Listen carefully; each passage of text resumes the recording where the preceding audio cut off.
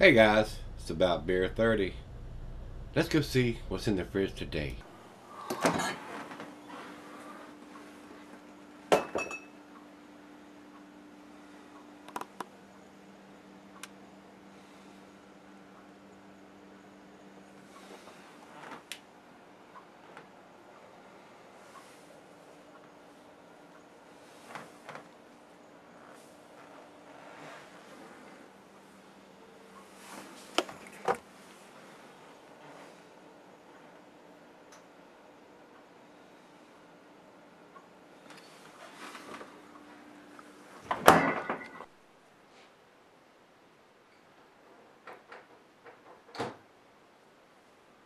Hey guys, thanks for talking about Gregsbeerreviews today. Today's beer comes from Four Noses Brewing Company.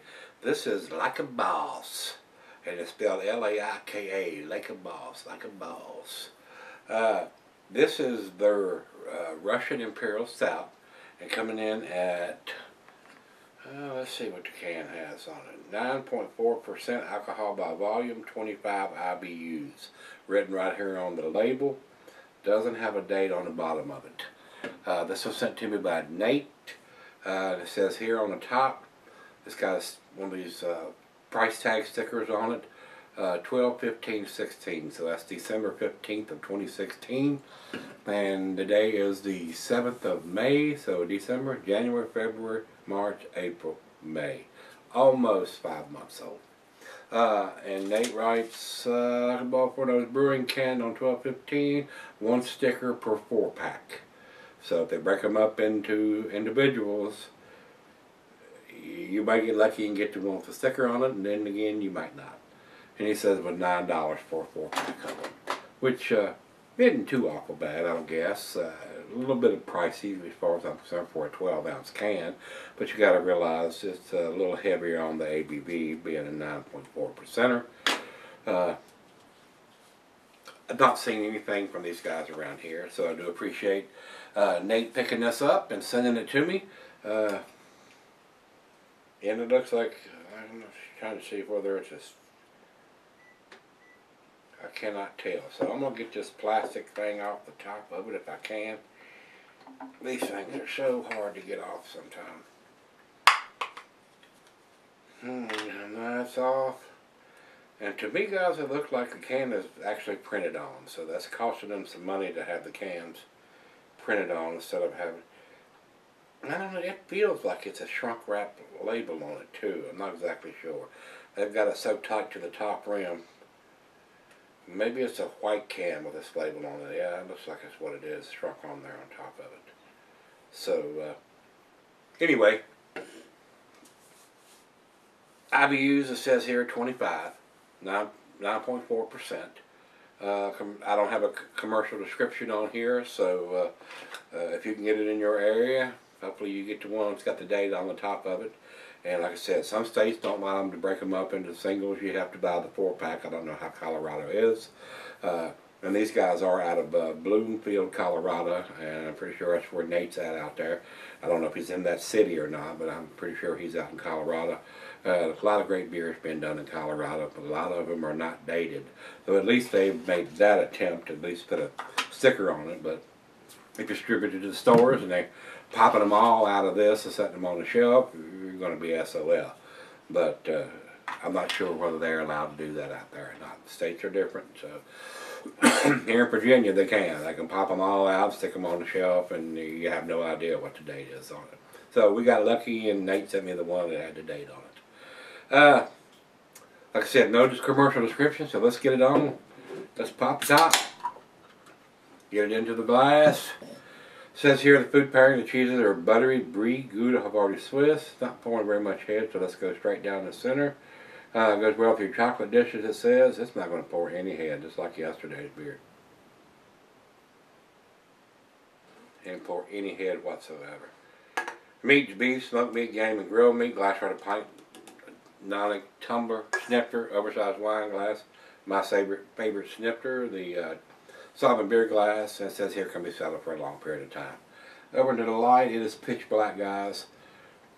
Not super carbonated, didn't pour hardly any head. Let's get a nose on it. Rich roasted malt. Hints of some bittersweet chocolate.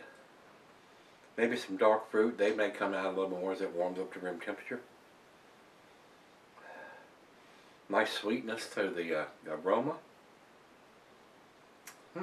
Let's dive in. Cheers, everybody. Cheers, Nate.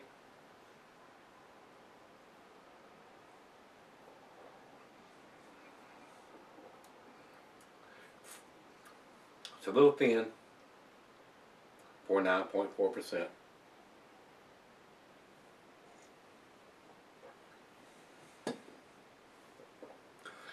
To me, it tastes like it's been brewed with lactose, guys. It's got a nice sweetness on the back end. It doesn't taste really dry,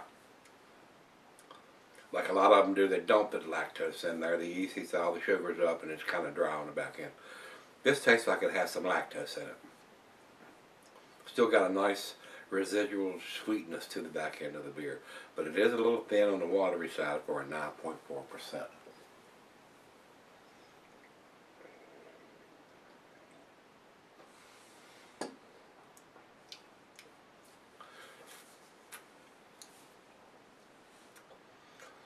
They usually add some oats to that to get a little creamier mouthfeel. And like I said, it's a little thin and watery side. Nothing is jumping out at me. This taste, it seems rather bland to me for 9.4%, but it's right out of the fridge. So let me reserve judgment on that and sip on it for a little bit and see what we end up with. So let's do that and let her taste it, and we'll come back and see where it ends up. All right, guys, I'm back. Been sipping on it for a little while now. Very thin and watery for a 9.4%. They need to introduce some damn flaked oats or something to this to give it a little creamier mouthfeel. Rich roasted malt. Hints of bittersweet chocolate.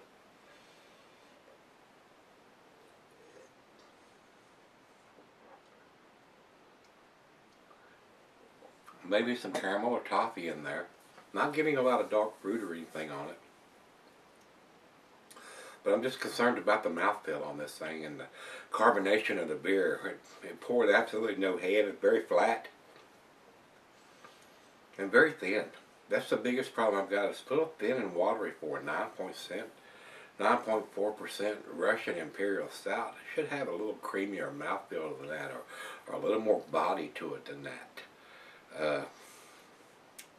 To me, guys, I don't think it's to the A category, to be honest. The alcohol is well hidden. I'll give it that.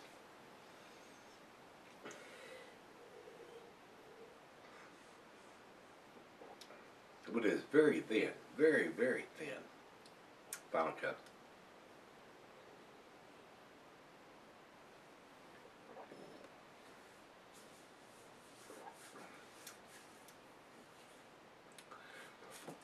Yeah.